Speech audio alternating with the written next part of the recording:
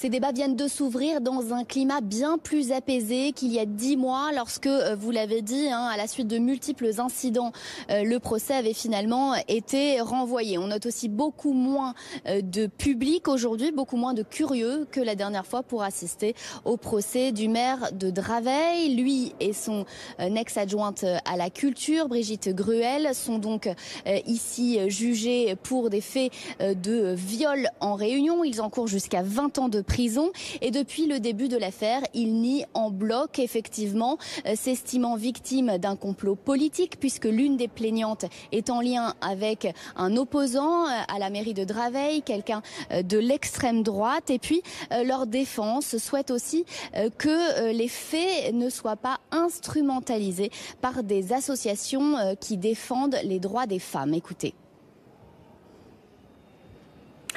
La justice ne confondra pas la mission qui est la sienne avec le militantisme qui nous est imposé depuis le début.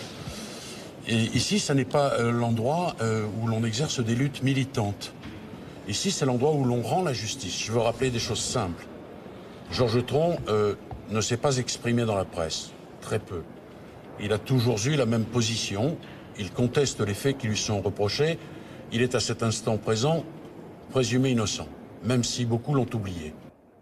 Deux plaignantes dans ce dossier. L'une d'elles s'est dite sereine en arrivant au tribunal ce matin.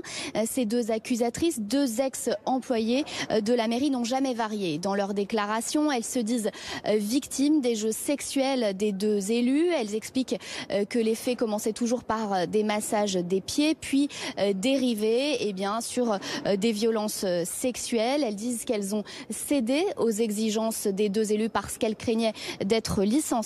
55 témoins, 8 experts seront appelés à la barre pour tenter d'établir la vérité dans ce dossier qui, en 2011, on peut le rappeler, avait imposé à Georges Tron de démissionner de ses fonctions de secrétaire d'État à la fonction publique.